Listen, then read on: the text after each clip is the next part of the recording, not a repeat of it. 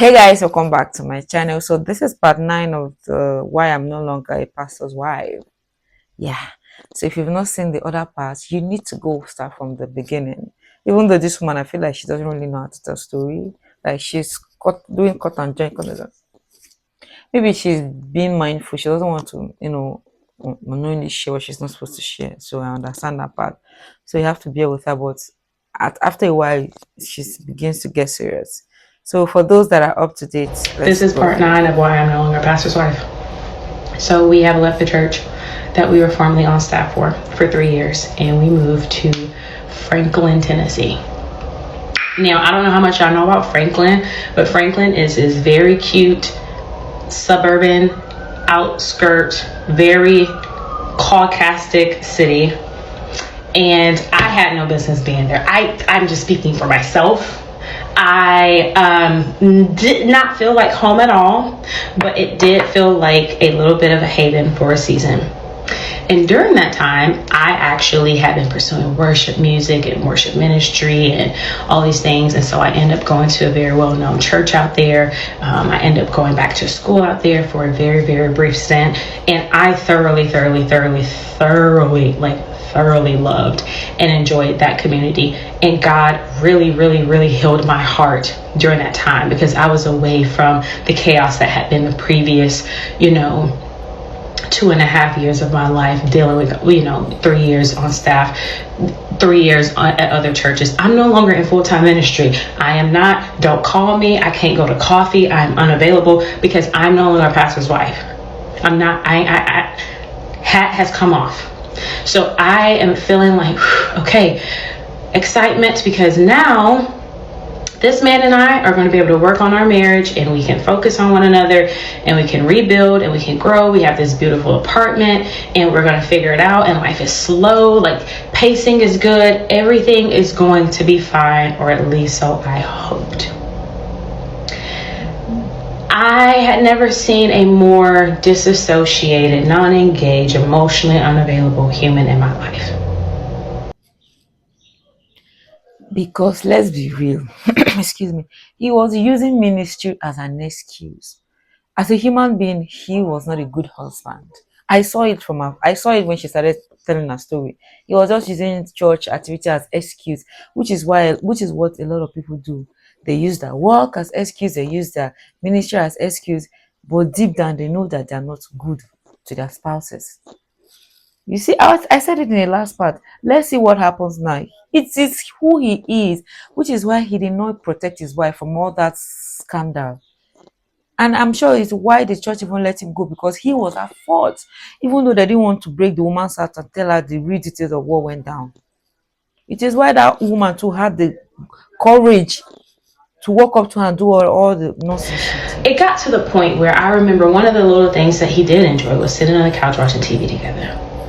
And by the time that we got there, I just made up in my mind, I'm not going to continue to build this habit where I go to work or I go to school and I come home and I sit on the couch for 4 or 5 hours. I can't do it. I'm not interested. I'm out. Like, I'm just not doing it. And so I remember, like, even that little like thing of like, I don't even like, I'm not even interested in like, I don't know how to spend time with you, because like this is not something that I like or I want to do, or like I have to make better use of my time, better use of my life. And I remember there was this one day, we moved in December of 2023. We're now in 2024, and it's early April, May, probably early April. And I have the worst, like I have just like anxiety, like I just don't feel good. My heart feels tight and heavy. I just do not feel well. And I'm like, I hate this feeling. And I remember thinking to myself, I don't think I'm supposed to feel like this. I'm not happy. I'm not happy. I had never said to him and looked at him and said, I am not happy. But I told that man that night, sitting on the floor, I am not happy. I am not supposed to feel like this as a wife. You haven't, like, and I don't want people to take this and run with it. But that man didn't take me on trips and spoil me, and we didn't have nice dinners, and he didn't surprise me with like things. Everything that I owned by the time that I got ready to leave that marriage fit within a Jeep Compass. My personal belongings, my personal belongings, I ain't talking about TVs and furniture and all these other things. My personal belongings, after almost 7 years of marriage, 6.5 to be dang near exact, fit within a small compact SUV. So that just kind of gives you, again, I'm not materialistic. However, it was always very interesting within the marriage that when we moved, like, it was just like, you know, I was constantly like ridding of things. I didn't really like, there weren't meaningful like photos hung up, and like the marriage was just always so bland and so dry that like my then like possessions or lack thereof became a reflection of what the actual marriage looked like. Yeah. And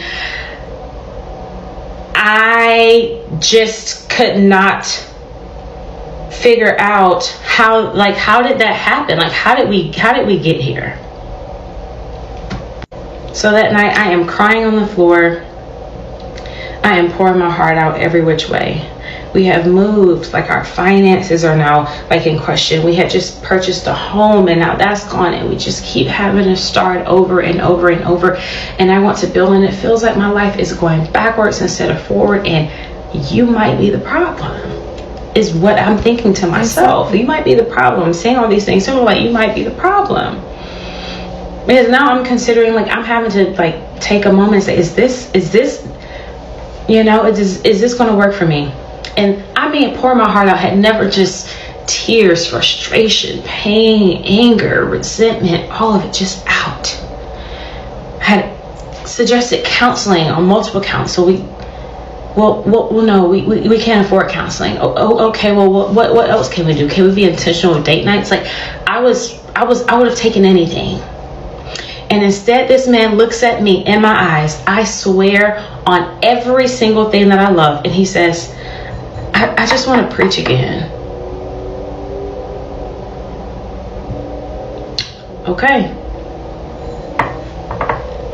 All right. See where the problem is. Your wife is crying to you that I'm not enjoying my life. I'm not happy. This marriage is not working. And all you are telling her is, I just want to preach again. I think that sums up that man. That just sums it up. I understand that he could be going through his own, but he's not even fighting for their marriage. Why from the beginning he was never there. So I'm not even expecting much from him. Got it. So F anything that I just said, because it seems to have literally gone over your head, over the river, and through the woods. I couldn't even grasp why. I'm like, who is this person? Why can't I couldn't get through to like one of the most hurtful like experiences in communication that I've had with a human. And unfortunately, it was my spouse. I remember after I asked for counseling, we had a conversation. Maybe a couple of days later, I bring it up again. You know, he communicates, we can't afford it. And then the following day, not even 24 hours later, hey, I found a therapist to do EDMR or whatever kind of therapy it is, and I'm going to try that. But when your wife asks you to go to marriage counseling, we can't afford it. Not to mention, you've been in counseling for all of 4 years now, and we don't seem to be getting anywhere. I don't get to be a part of the sessions. I have no notes. I don't know what's being said. I don't know if you're actually being helped. I am seeing money spent on medical bills. You've got sleep apnea. You got this. You got that. And so everything, money, health, relationally, everything is a disaster at this point. So I remember my sister texting me and saying, hey, like, I want to, do your hair for you, let me know when you're, free to come down, or like, hey, I'm probably going to text you in a couple of days. If you can come down to Atlanta, great, because I'm in Nashville. It's like a 3.5 hour drive. Also, this is the closest I have lived to my family in 6 years. In 6 years of marriage, every time I wanted to go see my family, I had to get on the plane and go see them. So I'm like, okay, great. Like, maybe I can like decompress and like figure out everything, and I'm going to go and spend some time with my family, and it's going to be great. And I do. And I will never forget getting in the car, driving, thinking to myself, I'm not sad that I'm leaving.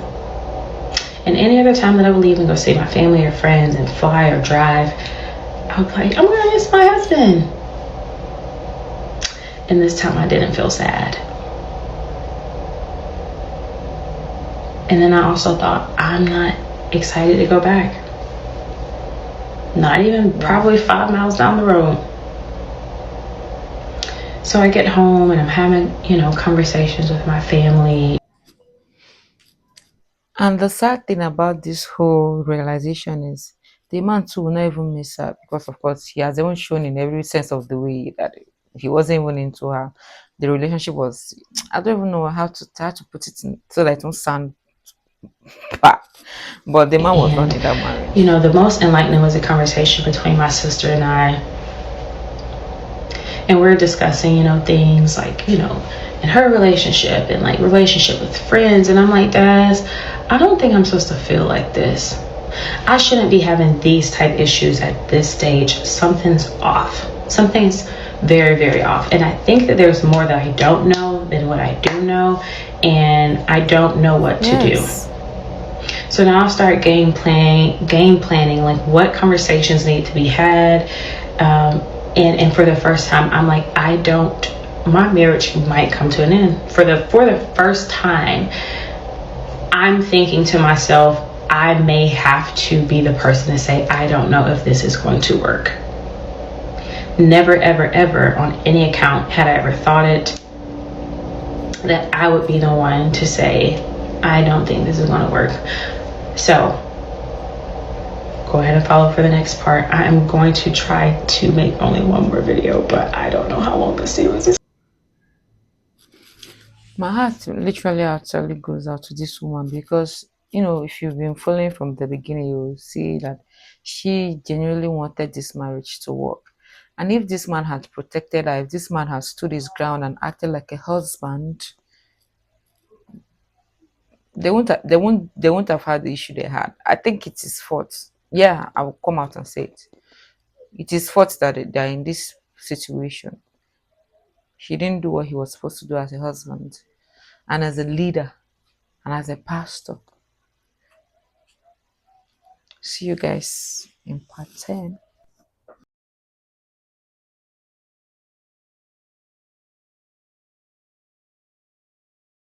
Let me show you guys this handcrafted tie and dye shirt.